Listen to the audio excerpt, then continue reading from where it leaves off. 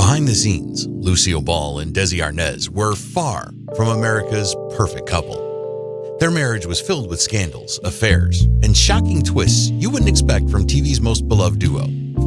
Curious? Keep watching for the juicy details. Now we're diving into the 20 worst Hollywood couples that you probably didn't know about. Buckle up, because these stories are jaw-dropping. Throw rocks at the house at 3 a.m, drunk off her ass until the cops take her away in handcuffs. Number 20, Pamela Anderson and Tommy Leigh. Pamela Anderson and Tommy Leigh's marriage was nothing short of a media frenzy. But behind closed doors, their relationship was darker than anyone knew. Baywatch star Pamela Anderson was only married to Motley Crue's Tommy Leigh from 1995 to 1998. But during their brief union, things were less than ideal. Pam has said that her ex-husband mistreated her and their 2 sons, and that includes an incident involving a vicious dog. These two were always better off alone, although they have maintained a friendship over the years. Pamela and Tommy Leigh may have only been married for 3 years, but it involved 2 children, a sex tape, and plenty of headlines. Toward the end of their marriage, Tommy even spent time in jail for abusing Pamela, 6 months to be exact. It's definitely for the best that they went their separate ways. My thing now, when I want to help a cause or do things for other people. Number 19, Elizabeth Taylor and Richard Burton. What happens when 2 of the most famous stars in the world can't keep their hands off each other or stop fighting? Elizabeth Taylor and Richard Burton's love was legendary. Elizabeth Taylor and Richard Burton's whirlwind romance was famously riddled with ignored red flags. In Taylor's 1965 memoir, she recalled being put off by first advances. When on the set of Antony and Cleopatra, he reportedly asked her, "Has anyone ever told you that you're a very pretty girl?" For a beauty icon like Elizabeth Taylor, this was a clear, backhanded compliment intended to rankle her. Soon, however, Taylor was charmed by Burton's apparent vulnerable side when, due to a painful hangover, he got tripped up on his lines. When the two had their first on-screen kiss, they were unwilling to stop, even long after the director called cut. Their affair became a notorious thing, fueled by a mutual habit of risky drinking, wild spending, and increasingly brutal fights. The two both admitted to relishing their arguments, even as they became increasingly destructive and violent. On one occasion, Taylor hid in Burton's dressing room, and when she spotted one of his female co-stars coming in, leaped out and chased her away with a broken bottle. The two divorced in 1974, remarried in 1975, and swiftly divorced again. As quoted in Nancy Schoenberger and Sam Casher's Furious Love, Taylor would later say of the tumultuous relationship, "I don't want to be that much in love ever again." Why did you break that dish? Well, I'm sorry, but it said try our unbreakable dishes. Number 18, Lucille Ball and Desi Arnaz. They may have played America's favorite couple on I Love Lucy, but Lucille Ball and Desi Arnaz's real-life marriage was far from perfect. Although the two were America's favorite couple on screen and off, the 20-year marriage of Lucille Ball and Desi Arnaz was a tempestuous one. Prior to I Love Lucy, Arnaz had worked with veterans suffering from PTSD at Birmingham Hospital, and Ball frequently assisted him by raising money for better amenities for the patients and hiring young actresses to host bingo nights and dance with the patients. As described in Warren G. Harris's Lucy and Desi, many of these young actresses that Ball sent to Arnaz ended up having affairs with him. Ball had several affairs of her own before asking for a divorce, but the two reconciled and went on to be married for more than another decade, working on I Love Lucy together. Just before their 19th wedding anniversary in 1959, Arnaz's drinking brought their marriage back to the tipping point. In the midst of a fight at the studio, Arnaz asked for a divorce. At the time, Ball did not respond, but when Arnaz returned home to their Beverly Hills mansion, she was waiting for him. She was furious and screamed insults at him before appearing to pull a gun on him.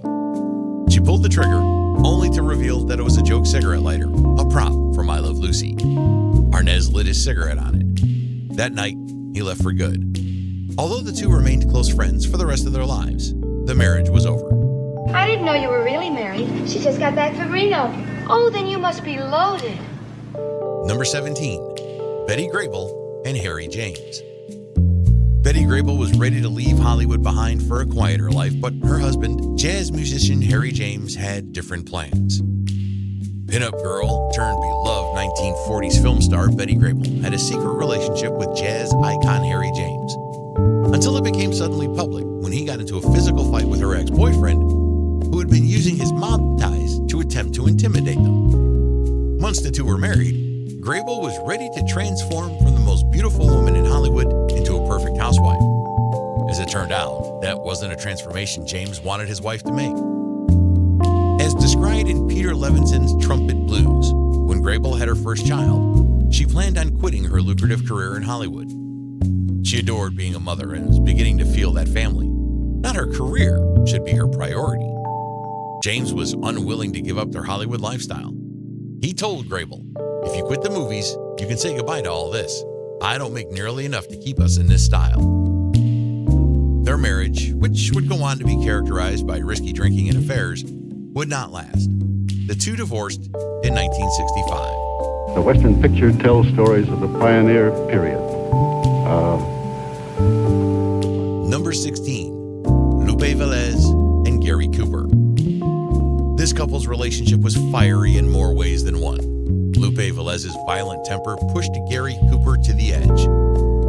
Lupe Velez was known for playing sexy, wild, chaotic characters in Hollywood throughout the late 1920s and 30s. In real life, she could be even more unpredictable. Surprisingly, her most famous romantic relationship in Hollywood was with calm, quiet leading man Gary Cooper. For 3 years, Cooper found her irresistible, but her violent temper became dangerous. As described in Connor Floyd's book Lupe Velez and Her Lovers, on one occasion, Cooper arrived at the studio bruised and with deep scratches on his face. He confessed to a friend that it was Velez who had attacked him and that he had slapped her back, something he felt tremendously guilty about. As time went on, the violence escalated. Velez carried a knife with her for protection, and on several occasions would unexpectedly attack Cooper with it. Once, while he was cooking, she attacked him suddenly, stabbing him in the arm, a feat she seemed to be proud of. After their breakup in 1931, Velez shot at Cooper as he tried to get onto a train. I'd like to thank the members of the Academy for honoring my fellow nominees and myself. Number 15, Angelica Houston and Jack Nicholson. Angelica Houston and Jack Nicholson were the epitome of cool Hollywood, but their relationship was far from smooth sailing. This love story was full of betrayal. In her memoir, Watch Me, Angelica opened up how she'd caught Jack cheating on her during their 17-year relationship. She found items belonging to other women in their home. She had also told Jack that she wanted to get married, but he brushed off the idea. Finally, it ended when one of the women he was seeing became pregnant. Yes, I'm much happier now. Number 14, Marilyn Monroe and Joe DiMaggio. Marilyn Monroe and Joe DiMaggio seemed like the ultimate power couple, but behind the glamour, their marriage was riddled with jealousy and control. Famed baseball player Joe DiMaggio and acting icon Marilyn Monroe were married in 1954, and the public could not get enough of their relationship. As soon as the honeymoon, cracks were beginning to form in the perfect all-American love story. Monroe entertained the U.S. troops stationed in Korea before joining DiMaggio in Japan. She told her new husband all about the performance, concluding, "You never heard such cheering." DiMaggio, a former star player for the New York Yankees, shot back, "Yes, I have." DiMaggio urged Monroe to retire and devote all of her time to the relationship. As quoted in Donald Spoto's biography, Monroe stated, "I didn't want to give up my career, and that's what Joe wanted me to do most of all. He wanted me to be the beautiful ex-actress, just like he was the great former ball player." Soon, Monroe was complaining to her friends that DiMaggio was possessive and resented her career. This undercurrent of resentment would come to a head during Monroe's most famous moment, the scene in The 7-Year Itch, where she stands on a subway grate and her skirt billows up into the air. The image would become iconic, but DiMaggio, who was there to watch his wife act, was enraged. He stormed off the set, making his disapproval very obvious to Monroe and all of her co-workers. That night, the two argued in their hotel room. It's believed that the fight turned violent. Soon after, Monroe filed for a divorce. I haven't walked that far since some palpitating halfback tried to tell me he'd run out of gas. Number 13, Frank Sinatra and Ava Gardner. Frank Sinatra and Ava Gardner were madly in love, but that love burned too hot to handle. Their relationship was volatile, and the passion came with a price. Film star Ava Gardner was not one to be pushed into a relationship she didn't want to be in. Famously, she rebuffed the advances of Howard Hughes by smacking him in the head with a candlestick, knocking him unconscious. When she met legendary crooner Frank Sinatra, she was at the height of her fame, while he was both married and far past the peak of his career. But she would consider him the great love of her life. Their own marriage would soon be marred by Sinatra's intense jealousy and instability. But before their wedding, Gardner received many threats and insults from the public for sparking the end of Sinatra's previous marriage. In November of 1951, the night before the wedding, Gardner would receive an even more unsettling letter. As recounted by Leigh Server in his biography of Gardner, while guests were gathering for the wedding, a letter was delivered to the hotel for Gardner. It was from a woman who claimed to be having an affair with Sinatra. The details were highly specific, including his behavior in bed and physical traits a stranger could not have known. Though she suspected Howard Hughes had orchestrated having Sinatra's mistress send the letter to break up the new couple, Gardner knew that the woman's claims were true and that Sinatra had been unfaithful. She almost called off the wedding, but in the end, chose to go through with it anyway. Started off much too high, and obviously there's no way to live up to that. Number 12, Humphrey Bogart and Lauren Bacall. Humphrey Bogart and Lauren Bacall were the picture of old Hollywood glamour, but their marriage wasn't all smooth sailing. Despite their deep connection, their differences tested their relationship. Humphrey Bogart and Lauren Bacall were paired in Bacall's first movie, Howard Hawks' To Have and Have Not, in 1944. She was 19, he was 44, and married, but sparks flew anyway. It was Bogart's first relationship with a leading lady, which was unusual for Hollywood. Due to the discrepancy in their ages, they assumed a mentor-student dynamic, with Bogart coaching and Bacall the eager pupil. They paired up again soon after The Big Sleep in 1946, and the heat of their off-screen relationship, which had become Hollywood lore, was used in promotion for the film. Bogart divorced in 1945, and soon after it was Mr. and Mrs. Bogey and Bacall. Until Bogart's death at age 57 in 1957, the two had a great marriage. And despite their differences, he was a homebody who liked to sail. She loved the nightlife and got seasick. They raised a couple of kids. If there's a standard for Hollywood happiness, look to the way Humphrey Bogart and Lauren Bacall so enjoyed blowing smoke at each other. Being celebrities in this business and working, it's hard to find time together. Number 11, Carmen Electra and Dennis Rodman. Carmen Electra and Dennis Rodman's marriage was as wild as a night in Vegas. This whirlwind romance ended almost as quickly as it began. After a wild night out in Sin City, Carmen Electra and Dennis Rodman tied the knot in November 1998 and were married for less than 6 months. But the honeymoon was over long before they legally split. Less than 2 weeks after the wedding, Rodman filed an annulment, claiming he wasn't in a sound mind when he said his vows. The couple reconciled soon after, but that February, it was revealed that they were living in separate homes. Despite getting a divorce, the duo reconciled and ended up in a domestic violence dispute in a Miami hotel in November 1999, and both were arrested for misdemeanor battery. All right, he appears to have pulled the gloves on, counsel. Number 10, O.J. Simpson and Nicole Brown Simpson. O.J. and Nicole Brown Simpson's relationship turned from love to horror. Their tumultuous marriage ultimately ended in a trial that shocked the world. O.J. and Nicole's relationship is famous for the murder trial that ensued after she was found dead. Ultimately, O.J. was found not guilty, but people have their doubts. However, the trial did reveal that O.J. had abused Nicole, with graphic photos of her injuries shared for all to see. We did a Love Boat when she first started. But Number 9, Tony Curtis and Janet Leigh.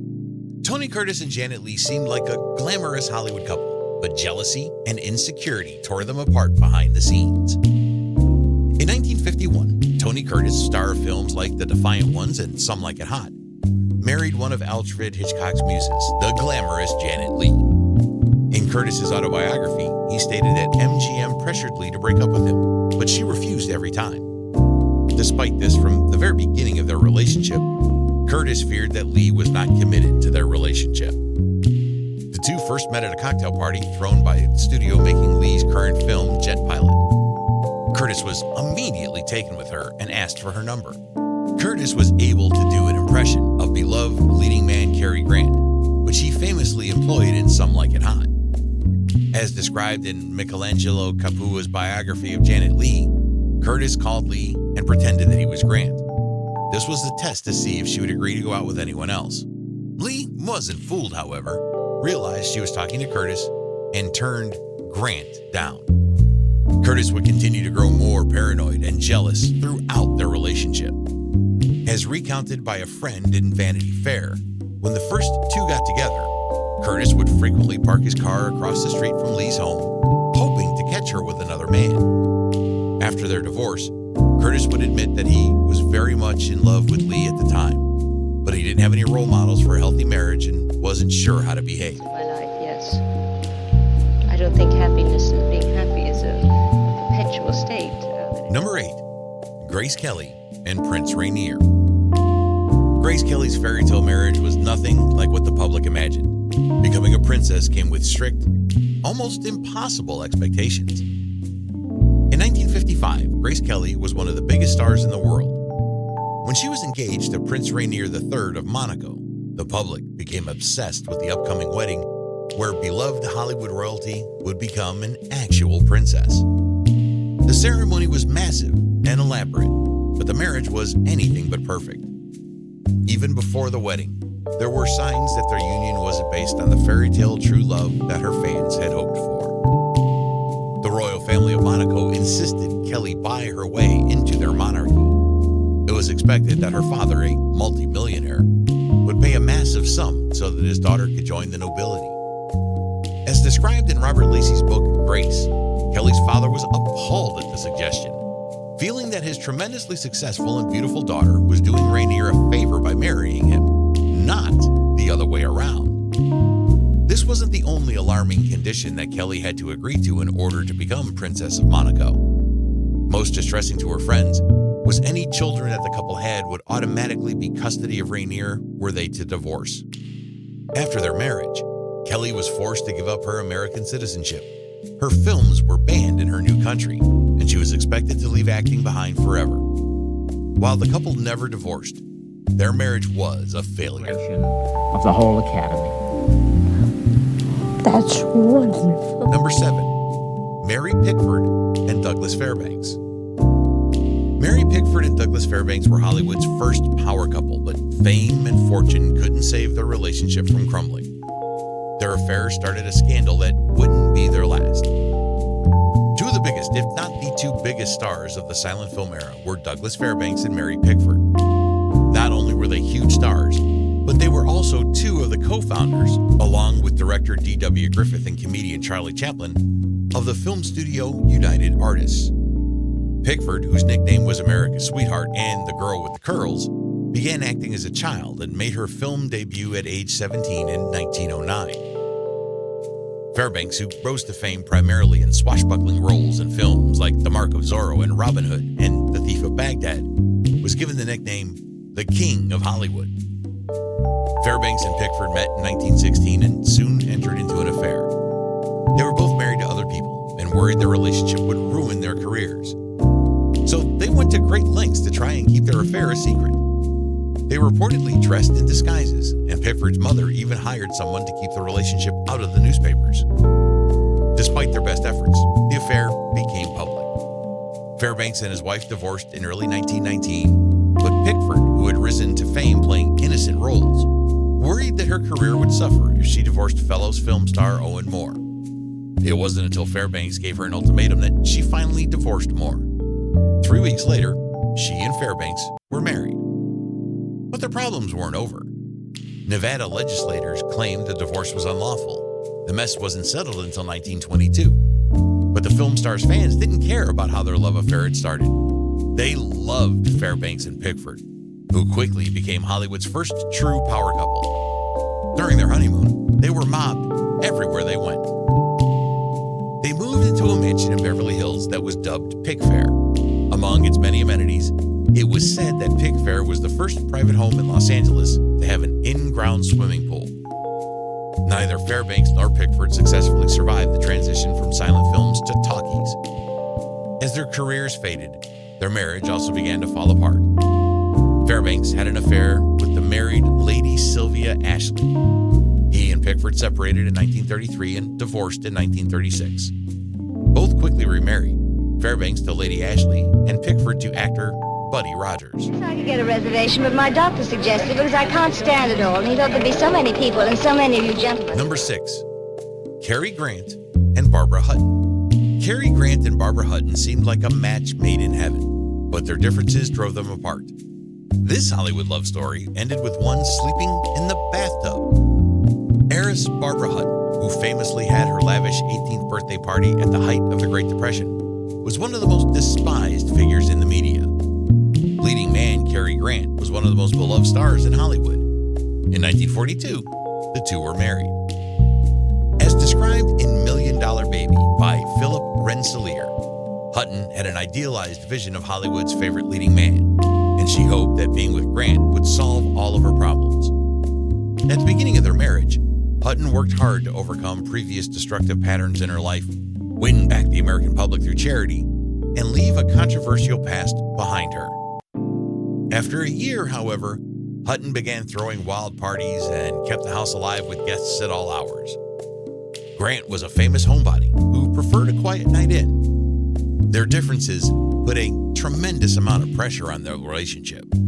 They separated several times, but their friends knew how much they cared for each other and always tried to get them back together. On one occasion, their friends had invited them to stay at their home to relax and reconcile, only to come into their room early one morning and find Hutton asleep in the bed and Grant sleeping in the bathtub. Their marriage was over. Despite the way things ended, Hutton would always consider Grant the best of her 7 husbands and the great love of her life. Very noble and approved, good masters. My colleagues, my friends. Number 5, Vivien Leigh and Laurence Olivier. Vivien Leigh and Laurence Olivier were both brilliant actors, but their relationship was tragic and intense. From mental health struggles to affairs, their marriage couldn't survive the chaos. Vivien Leigh and Laurence Olivier were renowned British stage actors who found even bigger fame in Hollywood. Leigh is likely most remembered for portraying Scarlett O'Hara in the 1939 epic Gone with the Wind, while Olivier starred in films like Wuthering Heights, Rebecca, and Henry V. Leigh had reportedly seen Olivier act and had been very impressed by his performance, so she decided to try and engineer a meeting.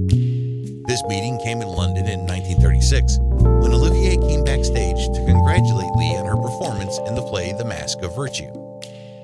Despite the fact that both were married, with children, to other people, the two soon began having an affair. And at least for Leigh, it seemed like her future was sealed. She reportedly told one of her friends, "Someday, I'm going to marry Laurence Olivier." The couple eventually left their respective spouses and were married in September 1940. The ceremony reportedly only took 3 minutes. But the marriage was troubled almost from the start. Leigh, who rarely saw her daughter from her first marriage, wanted to start a family with Olivier, but suffered 2 miscarriages. In 1945, she came down with a severe case of tuberculosis, which forced her to take a year off from her career. But the worst issues centered around Leigh's mood swings, which could go quickly from being dangerously depressed to wildly manic. There had been whispers about her mental health as early as 1937. Olivier found himself unable to cope with his wife's mental health issues. The marriage, which had been falling apart for years, finally ended in divorce in 1960, after Olivier left Leigh for the much younger actress Joan Plowright. Leigh died of tuberculosis in 1967. Olivier passed from kidney failure in 1989. Well, like most people, I didn't know if I'd ever Be a mother, be a good mother. Number 4, Angelina Jolie and Billy Bob Thornton. Angelina Jolie and Billy Bob Thornton's relationship was famous for its intensity, but it burned out just as fast as it started. From vials of blood to quick divorce, this love was wild. When Billy Bob and Angelina first got together in 2000, they were known for their quick, passionate love and the fact that they wore vials of each other's blood around their necks.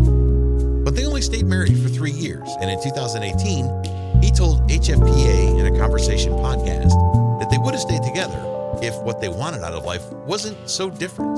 Virgin, our eyes are. The more we have to say. Number 3, Orson Welles and Rita Hayworth. Orson Welles and Rita Hayworth's whirlwind romance began with a spontaneous courthouse wedding, but it quickly turned sour. Her insecurities and his distractions doomed the marriage from the start. In 1943, Citizen Kane auteur Orson Welles and glamorous leading lady Rita Hayworth might have been expected to have an enormous wedding befitting Hollywood royalty, but instead, the two met during Hayworth's lunch break for a courthouse wedding. Immediately afterward, the happy couple returned to work. This spontaneous and romantic event surprised the press and their fans alike, but the marriage wouldn't last. The two divorced in 1947. As described in Barbara Leeming's biography of Orson Welles, the director was committed to their marriage, but Hayworth still suspected him of being unfaithful. Often, he would return home to find her sobbing and furious with him for imagined infidelities. Her insecurity and jealousy had come from previous relationships, and she was unable to trust him, which took a toll on the marriage and drove a wedge between them. Overwhelmed, Welles pulled away, and then genuinely did begin having an affair with Judy Garland. On one occasion, he had purchased a massive amount of flowers for Garland, but then had forgotten to give them to her. So when he returned home to Hayworth, his car was full of flowers intended for another woman. A crisis was only avoided because Welles' secretary had the foresight to throw away the card that had come with the flowers, and Hayworth was delighted with the gesture. Grandniece of a former governor of California. Number 2, Charlie Chaplin and Lita Gray. Charlie Chaplin's relationship with Lita Gray was controversial from the start. Forced into marriage when she became pregnant at 15, their troubled union was doomed to fail.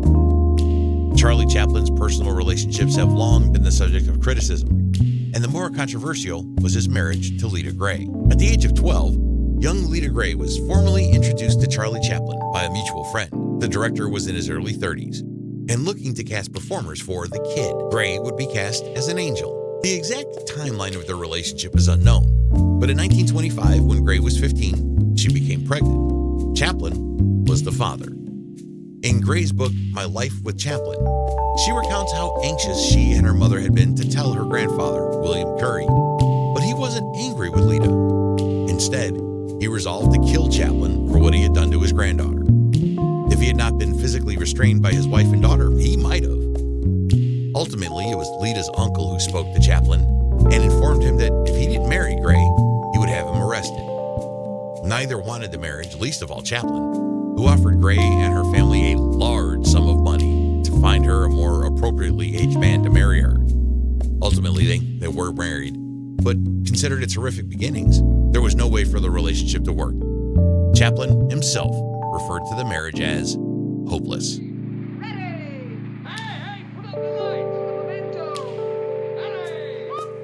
Number 1, Spencer Tracy and Katharine Hepburn. Spencer Tracy and Katharine Hepburn's 26-year love affair was one of the most secretive relationships in Hollywood.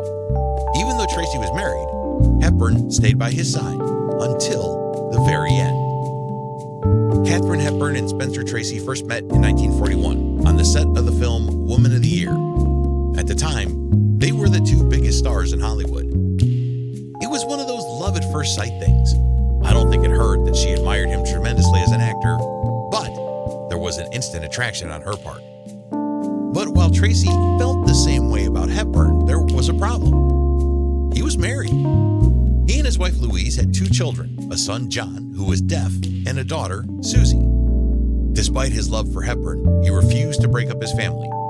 So, for the next 26 years, Tracy would spend weekdays with Hepburn and weekends with his family. Everyone thinks it was because he was a religious Catholic, but that wasn't it. He felt that Louise was like a saint. He didn't want to put her through any unnecessary scandal or pain. Hepburn claimed that she was fine with the arrangement, that she had no interest in marrying or having children with Tracy. The relationship wasn't easy. Aside from his marital status, Tracy was an alcoholic who was prone to fits of rage, especially when drunk. He also cheated on Hepburn, most prominently with the actress Ingrid Bergman. Hepburn was with Tracy when he died in 1967, but out of respect for his widow, she didn't attend the funeral. Thanks for watching. If you loved uncovering Hollywood's worst couples, make sure to hit the like button and subscribe for more juicy stories. Don't stop now. Check out these other crazy Hollywood scandals right here. See you in the next video.